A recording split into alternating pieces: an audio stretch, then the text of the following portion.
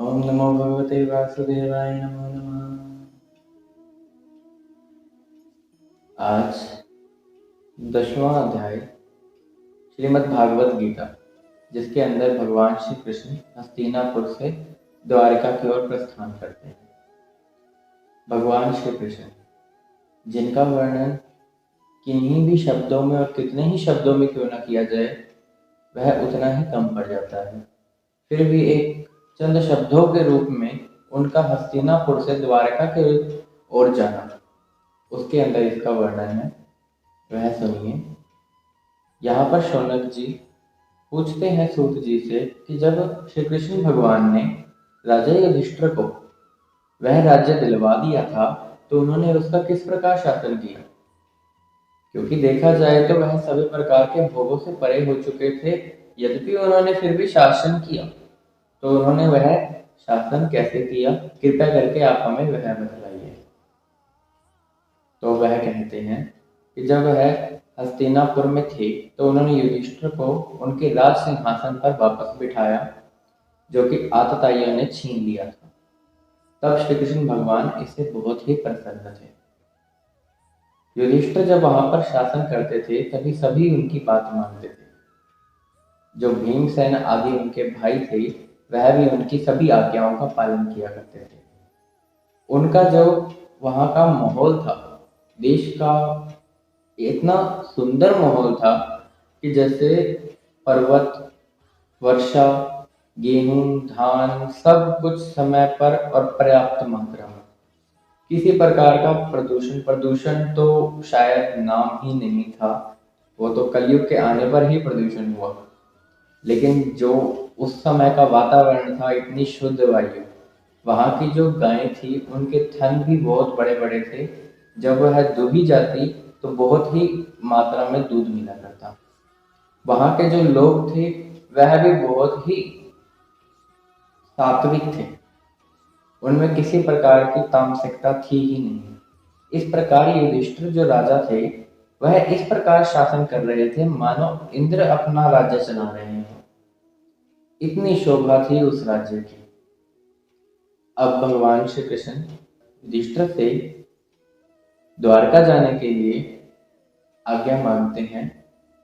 हस्तिनापुर के राजा युधिष्ठिर, जिनका मन तो नहीं है श्री कृष्ण से विरह का, परंतु वह उन्हें हृदय से लगाकर स्वीकृति दे देते हैं कि अब आप जा सकते हैं। यह सब खबर जब वहां शहर में फैल जाती है, तब सभी के सभी मानव मूर्छित से हो गए हों, बेहोश हो रहे हों। ऐसा इसलिए क्योंकि भगवान श्री कृष्ण का विरह तो सहना अत्यंत कठिन है। देखो, जिनको भगवान श्री कृष्ण से प्रेम नहीं है, ये अलग बात है कि उनको फिर विरह से भी फर्क नहीं पड़ता।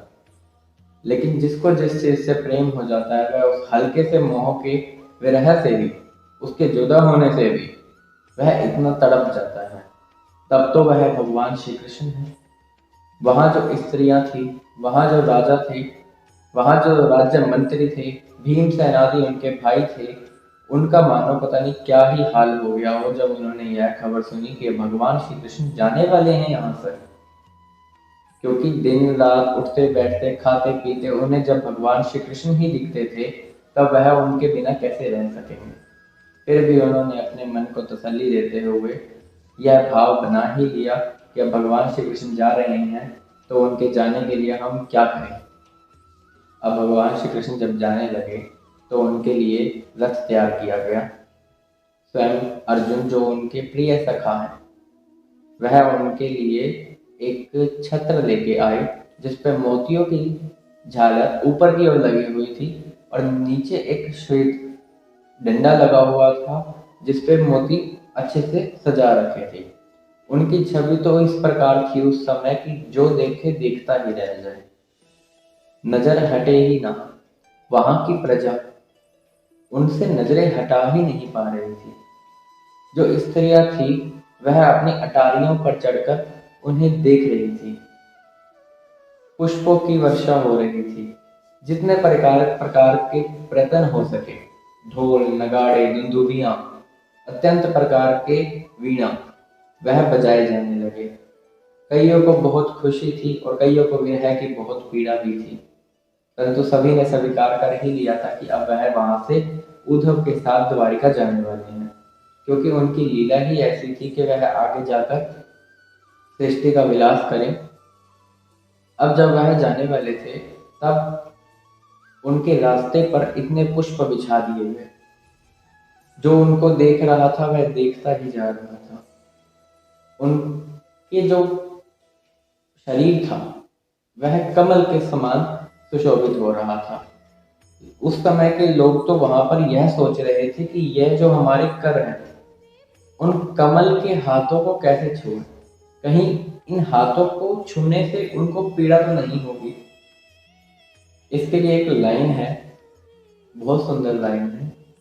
किस भांति छुए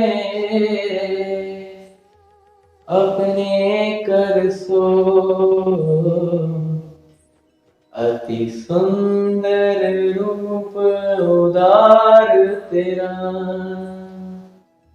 इतना सुंदर रूप है कि हम अपने हाथों से उनको कैसे छुए, इतना कोमल शरीर है उनका। राजा युधिष्ठिर भगवान श्री कृष्ण के साथ पैदल सेना, हाथी, घोड़े इत्यादि भी भेजते हैं।